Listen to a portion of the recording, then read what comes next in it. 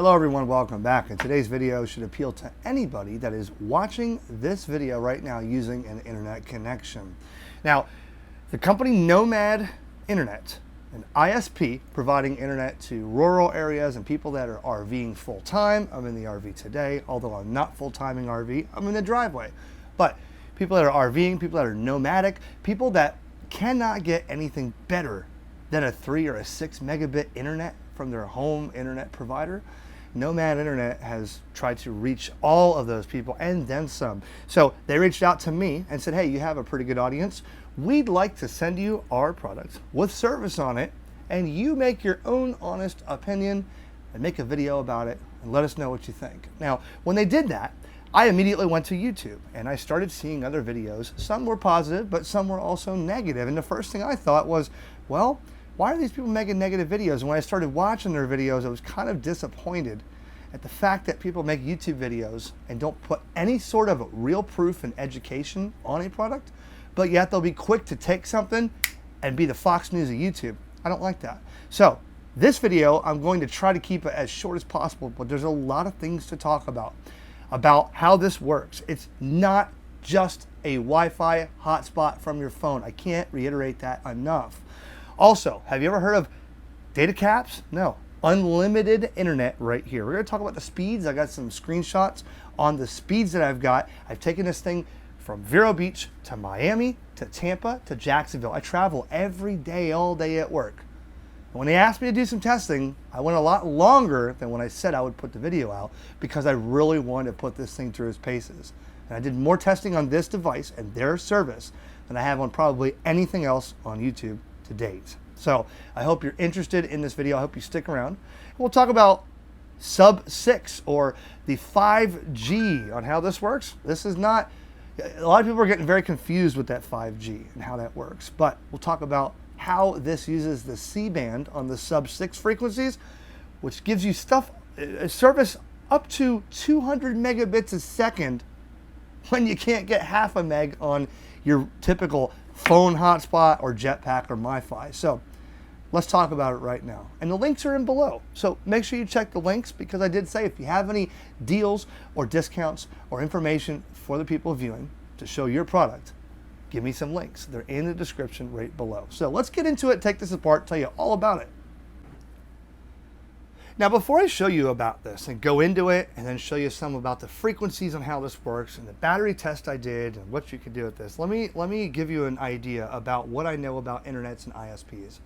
I worked for AT&T, okay, and DirecTV. Now, I've had HughesNet for satellite, which is not even a question anymore in 2023. HughesNet satellite internet is horrible. That's your last do all end all. If you need to check an email, that's the only thing you got, that's it.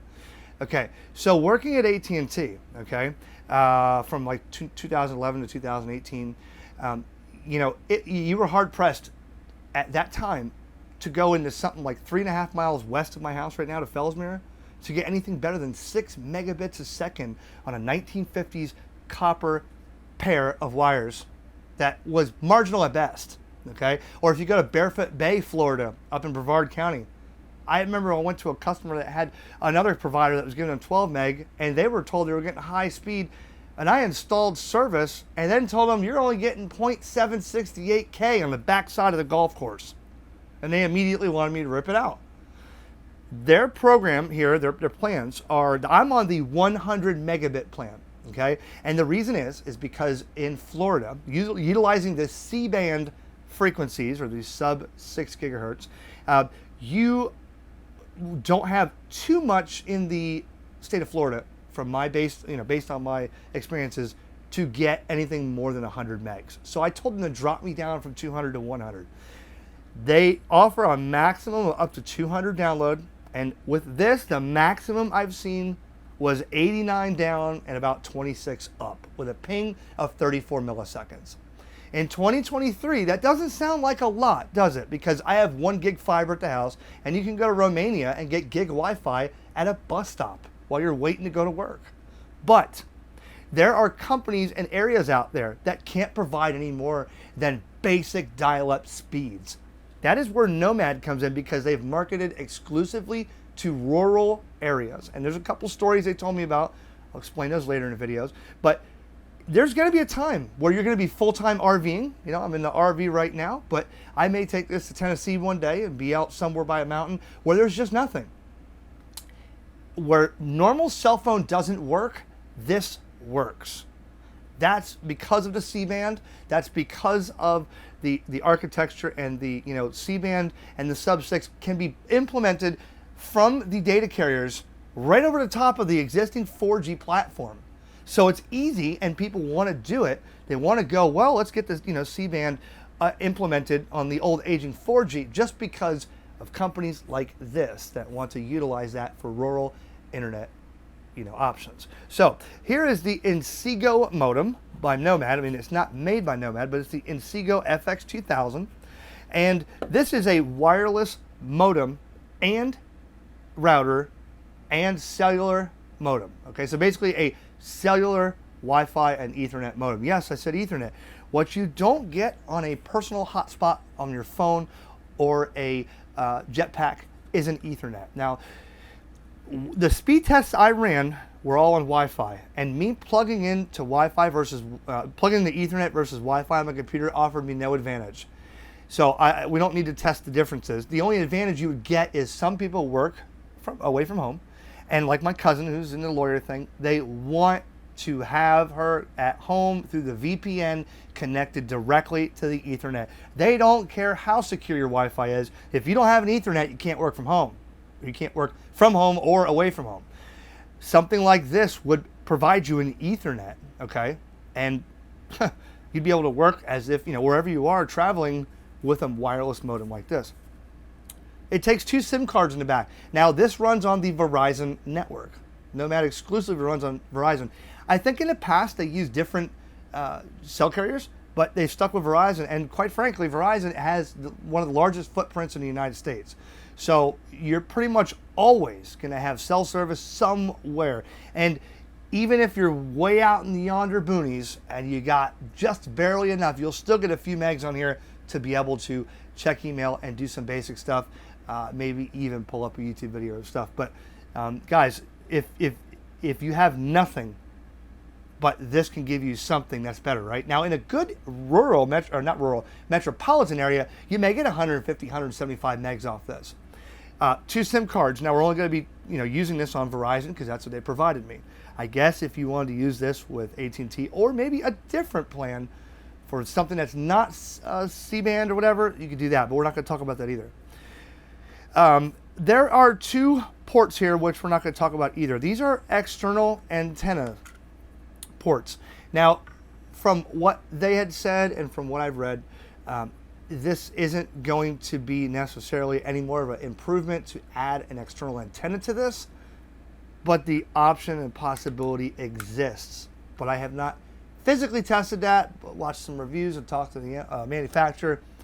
We're going to leave that alone. But you could put 1 antenna for this SIM card, 1 antenna for this SIM card. Okay.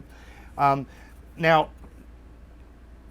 this is the battery. Let me show you one thing real quick, okay, because this is going to be a question, I know, for some people that are thinking about this, okay. One thing that is very, very important, and that's over there, I think. One thing is very, very important, that when you're using this modem at home, for instance, or in your RV, and you want to plug it in, comes with an adapter. Okay, this may look like a typical 12-volt output adapter.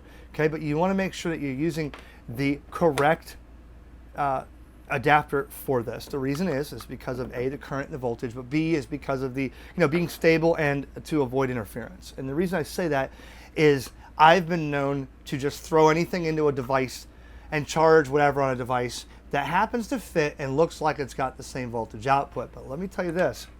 This comes with this battery, okay? And this battery, I've tested. They say a week of battery life. Dude, I got just over a week of battery. This thing is half the weight of a gallon of water. It's pretty heavy. But with that being said, you can plug in your Nomad here with the cable like this, okay? You can plug this in. You can plug this into here if you want to stay on battery, and away you go. We're at 67% here. You can also charge phones, tablets, e-cigarettes off here, but that will, using the battery off this will lower the time frame on this, okay?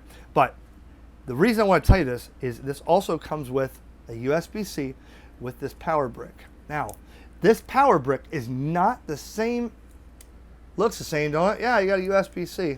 No, it's 5 volts at 3 amps, 9 volts at 2.77 amps, 12 volts at 2.8 amps, 3.3 to 5.9 volts at 3 amps, up to 11 volts at 2.27 amps.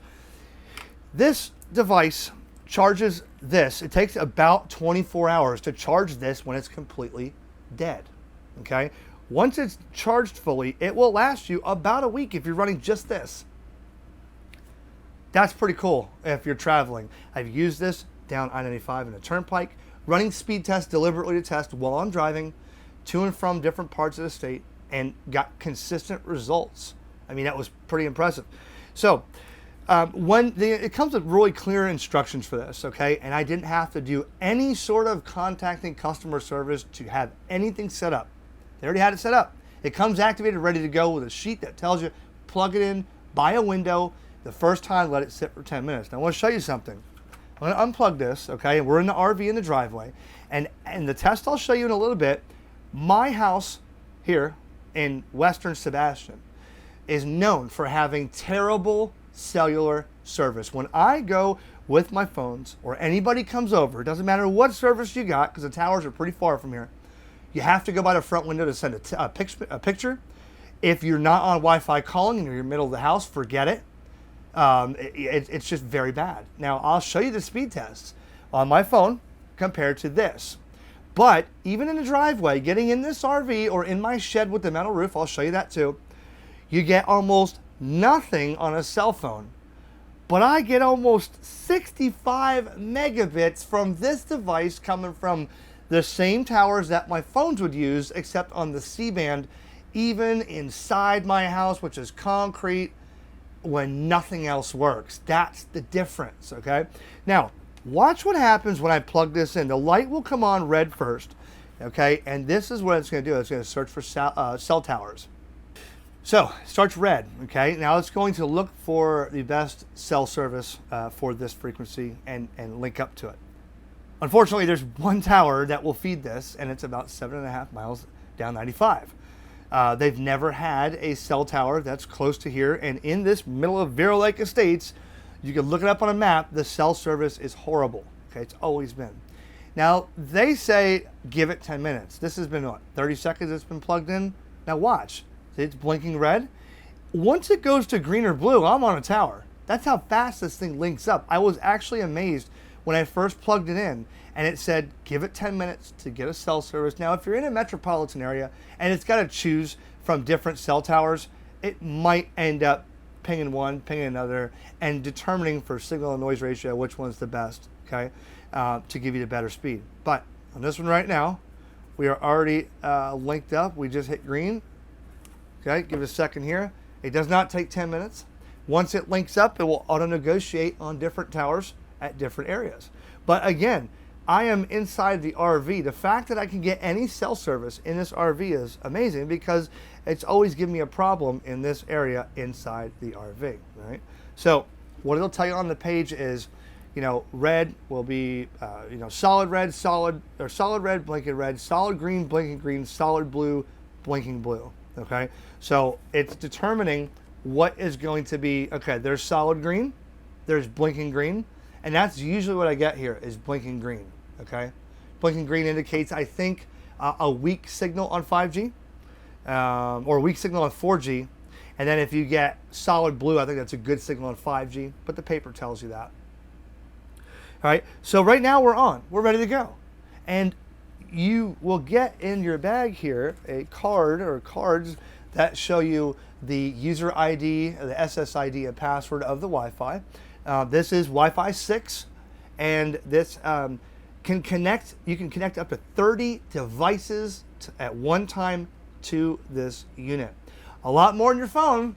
And guess what? You try to connect 4 or 5 devices to your phone in a bad cell area. I've done it before. Now you miss calls, or as soon as you get a call, you're in the middle of something, boom, it drops. It's got to take priority. A call will take priority over the network. So I'm not telling you you can't use a personal hotspot like I do every day, But since I've had this, I never turn my personal hotspot on again, because this is far beyond that. This is actually an internet service provider and a wireless modem utilizing MIMO technology from the C-band towers and through the Wi-Fi. You get some really good speeds off of this. And you know, for somebody who is, you know, boondocking or overlanding or YouTube streaming at Hamfest, a Hamcation in Orlando. I watched Josh and all them do videos, and they were using the included, you know, Wi-Fi for vendors and stuff at this Orlando Fairgrounds with 40,000 people. What do you think the congestion was there? Because some of their live streams were horrible during the day. It wasn't their fault. It's because it's going to have congestion. They have multiple routers, but you stand in a certain spot, boom, there goes your live stream. It's over.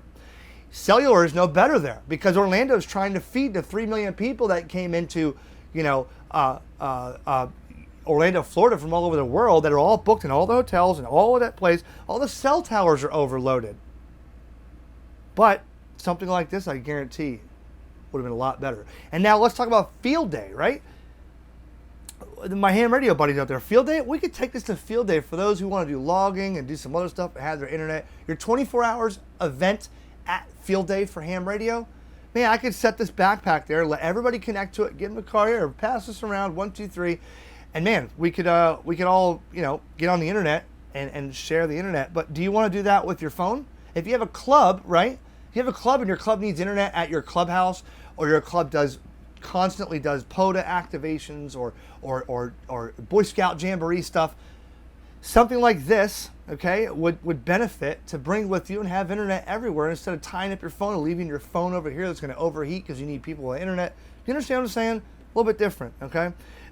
So let's get into some of the data. I want to tell you about the sub-6 real quick. I want to tell you about the speed test. I'll do a couple speed tests. We'll do one right here in this RV, okay? In fact, I'll do it right now, okay? Because we are on Wi-Fi. It already connected. I'm going to leave it right here, okay? We're going to do a speed test. To be fair, let me close all the apps I have running, because we don't know what's going to pop up on my screen, and I don't want you to see it. Okay, speed test. Now, I'm going to use a speed test by Ookla, all right?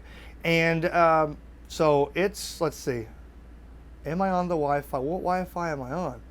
I'm on my home Wi-Fi. Let me connect to what this says, FX2000 BAE3. See that? Okay, and that is the FX2000 BAE3, right? If you can see that, that's what I'm connected to, okay? Now I'm going to run the speed test. And this is going to be directly off of the Verizon, right here, Verizon. Now let's see what we get, all right? So you see this here. All right, look at this, look at this. 54, 45. Now I'm in the RV in a really, to be honest, a piss poor area for cell service. I'm telling you, if you've ever been to Vero Lake Estates, Florida, tell me I'm not lying. Because people come to my house and complain. It ain't my fault. My neighbor across the street still doesn't understand Wi-Fi calling. And he still complains. He got a metal roof. It ruined his cell phone service. And he's complaining. No, it doesn't work that way. Yes, it does, dude. Just turn on Wi-Fi calling, bro. It works. He doesn't want to listen, so he stands outside all day talking on the phone. That's his problem. All right, so what did we get? We got 58.8 down, 1.48 up at a ping of 43. Now, I'm just going to be fair, I'm going to change, let's see, where is the, we're on Miami test server. Let's go to Kissimmee, because Miami's 100-something miles way far away. Let's do this again. All right, this is a speed test right in here. And then I'm going to do it inside the house. I'm going to do it out in clear broad daylight. I'm going to do it in the shed with the metal roof. So there's 40, let's see, 38, 44, 45, 46, 49, 51, 52, again, 62 on a 100 megabit plan. See, the upload is a little bit lower. Usually, I'll show you a screenshot right now. The upload ranges about, for me, 15 to 20. And that's what I'm really interested in, is the upload when I'm uploading videos, right? But again, we're in a bad area. 62 down, 1.12 up, 58 millisecond ping. Now let me go to my screenshots. Library, screenshots. And I took a couple while I was down south right here. Okay, there you go. Let's see, 1, 2, 3. Okay, right, see here. These were on, well, it doesn't tell me when. Okay. So I was traveling, okay, if you could see this, I was traveling down Turnpike towards Miami, or going towards Miami. All right, we got 24.7 down, 4.95, but watch. 68.4 down, 20 upload. 69.7, 20 upload. 74 down, 20 upload, okay? All right, so that was, and those were ping 43 milliseconds, 31 milliseconds, 33 milliseconds, 41 milliseconds. I took those pictures just because I wanted to see as I was traveling and when I was looking at a cell phone tower in visual eyesight, or if I had no if I had one bar, let's run it again. The lowest I got, because I only took a few screenshots, the lowest I got in an area where I had hardly anything driving was 24.7 down and 4.95 up at a ping of 41 milliseconds. Now that was the worst. And I'd say the best is the 74 down and 19.4 up at 43 millisecond ping. Those were all mobile at 70 miles an hour. So that's what I can show you there. I'll just for the heck of it, we'll do one more speed test here just to see. All right, just to say. Trying to just give you real data, guys. Real data right here in your face. 42, 37, 2, 41, 43. Okay, 0.8, 0.6, 0.7. Okay, so here's what I'm going to do. Now I'm going to take this right outside, okay? 0.94, okay. So we're going to take this outside, and I'm going to do the same thing out of this RV just to see how much this RV in this area where my cell phone service is not the best, what it actually does for a difference. Maybe you want to leave yours out a window, you know what I mean? Let's go ahead and do that right now. Okay, there's the RV we were in. Now, I'm going to go speed test here on AT&T LTE, all right? And we're gonna see what this does here. You ready? This is direct off cellular for AT&T. Now, Verizon and AT&T are all come from the same place, okay? So, you know, me using this versus the Nomad, they all come from the same place, and it ain't nowhere in VLE, okay? Look at the upload there.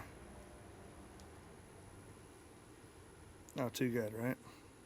Now, I just want to show you something. That's here with a clear line of sight. Let's go over here. And we're going to go behind this block wall, and now I get nothing. Watch this. There you go. Now look, I got the house in front of me. Let's do it again. Ready? Let's do it again. It's going to block a lot of that.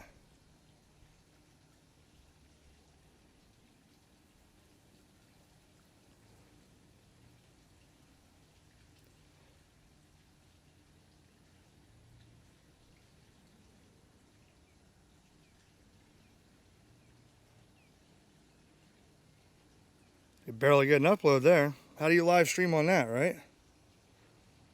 But wait, there's more. Because now I'm going to go in this shed here. And the shed has a metal roof. So I'll go in the shed here.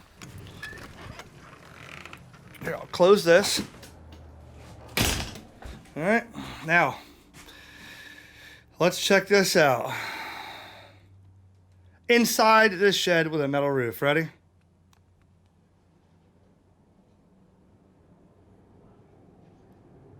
If we could even get anything. I don't think we can get a speed test here. Oh. Check your internet. All right. There's the backpack in here, okay? So, you could see that on this phone, it dropped the cell phone altogether. It doesn't even show 5G now. I'm going to go to Wi-Fi, and we're going to connect. Whoops. Where's my little modem at? There it is. Checking for internet access. Now, if I get anything better than nothing in here, that automatically shows that the Nomad with the C-band is definitely a lot different than having your personal hotspot on your phone or using cellular data. You ready?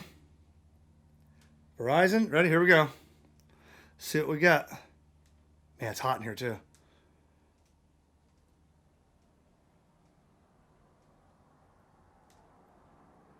Okay, so of course the metal roof is killing it, but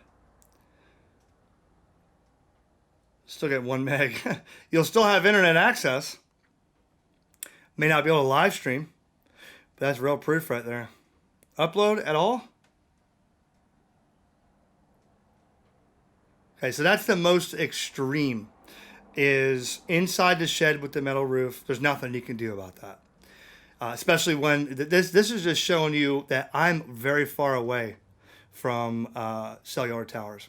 So let's do this now. Let's go inside the house and test it in there, because at least inside I don't have a metal roof. We could get a test there. So this is where I have to stand by this window to get any sort of cell service, so I have to send a picture. I put my Nomad here, and what I'm going to do is I'm going to first run a speed test just on AT&T. Okay, so let's see, 5G up on the top here. I'm gonna run a speed test, and we're gonna see what we get, just because like I said, I usually stand like this, right? And just to send a picture.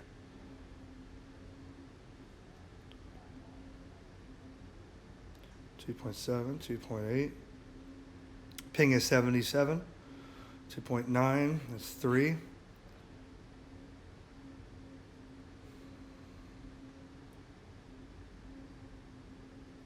Yeah, upload's almost non-existent. Look at that. Okay, that's why we have problems sending stuff, you know? All right, so 0.13. It's terrible. 0.12. All right, now watch. I'm going to just go right onto Wi-Fi and connect to the FX 2000.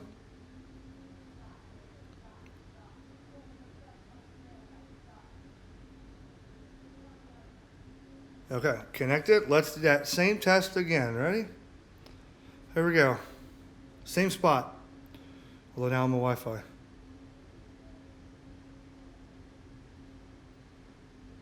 Much better. 60, look at that. 70, 67, 65, look at that. Same place, same position. What's the upload? Look at that. At least now you can live stream, or you can somewhat live stream in a speed like that, or upload videos. It might take a lot longer, but it's better than 0.1, isn't it? Ping is 41 milliseconds, so that's proof right there. We're almost at 10 megabits upload in the house. There is the Nomad, just so you don't think I'm lying here. There it is. Okay, running. My parrot's right next to me if you hear her squawking. There it is, look. There it is. We got boxes here waiting to get shipped out. You get the idea. See ya. So after just over a week, we're at 8 days on the Nomad running on the test to see if it would last the week of battery that they claim. And so far, that was last Saturday morning. It is Sunday morning now, and we are at 9% on the battery here. Get this out with one hand. There you go. 9%, 5.2 volts, 0.1 amps. So they have met and exceeded the 7-day battery life on this thing. Time to charge it. So there is your test continuous after 7 days. Okay, so after just real world testing there, not anything in a laboratory or whatever, I want to talk to you about a couple things, because as an ex-AT&T employee and internet installer, I got into many fights with customers. Now, this is just an educational thing, and it may not have anything to do with Nomad, but we're going to talk about real quick, theoretical. What does that mean, okay? Because this used to get me in a lot of fights at AT&T, where I would install, at the time, you know, AT&T had 24 meg internet HISA 24 or bonded pair 45 meg, or then we came out with bonded 75. Then we had fiber 100 meg. People would do speed tests, and they're clicking that button when I installed it. I'm not even done hooking the TVs up yet. And they're, oh my God, I'm getting 94 out of 100. Listen, so up to, that's always in the literature. This even says speeds up to 100 on their regular plan, up to 200 on their higher plan. Your results may vary, okay? What you're seeing on the tests that I did are, theoretical, or not theoretical, real world. Theoretical is what they do is they take, Inseego may take this modem and they put the modem there and they put a device. It's connected in a laboratory, which is EMI shielded and RF shielded, and there's nothing in between. And they're going to try to push the limits of the max theoretical possible data speed transfer between point A and point B. That's how they get these modems that say, or these Wi-Fi routers that say, oh, up to 5 gigabits on Wi-Fi. You're never in a house in the United States or the world getting 5 gigabits a second over Wi-Fi. It's just not going to happen. Especially when you fire up your microwave, if you're on 2.4 gig on a Wi-Fi router, it's going to interfere. You understand? I did those in a training course at AT&T, and I showed people with these devices made by JDSU. And I was in a room, and I did a speed test, and while the speed test was going on, the unit was in the kitchen of this little mock home we had in Fort Lauderdale, Commercial Boulevard. And, I fired up a microwave, and immediately you could see on this unit the frequencies that would come in, and the harmonics and the radiation and the interference would come in, the noise and the signal noise ratio would bury the Wi-Fi and drop it right down. Why was that important to know? Because we would have technicians installing, I wouldn't, they had, and technicians installing internet with the modem that was, in the kitchen because that was the only phone jack there, right? Or because the customer wanted it there by the living room TV, which happened right around the wall, and that may not been, that was easy for the installer. It wasn't the best possible scenario. Then we get repeat calls over and over. My Wi-Fi drops when my son makes a hot pocket. Well, gee, I wonder why, But then they came out with 5G Wi-Fi and 5 gigahertz and dual band and MIMO and all this AC 1200, AC, Wi-Fi 6 and all that stuff. I'm even behind on that now because I didn't have to stay up to date with it now as when I did with AT&T. So I want you to remember something. Theoretical versus real world are two different things, okay? Here's the real world. The real world means when you're somewhere where you don't have internet, like Fellsmere, Florida, when you're way out in the back and you have 3 meg, okay? That's 3 meg delivered to the modem on a hard wire. Once it leaves the modem on Wi-Fi, forget it. You don't know what you're going to get. If the modem is under the baby's crib on the other side of the house, and you got 9 different devices connected to a 3 meg, and you're over here, someone's on Netflix somehow on 3 meg, and you're running a speed test, you're getting 0.27. Well, that's how this works. We can go into this all day on internet speeds and Wi-Fi. That has nothing to do with Nomad. What I'm trying to tell you is that was what I was showing you was real world scenarios, okay?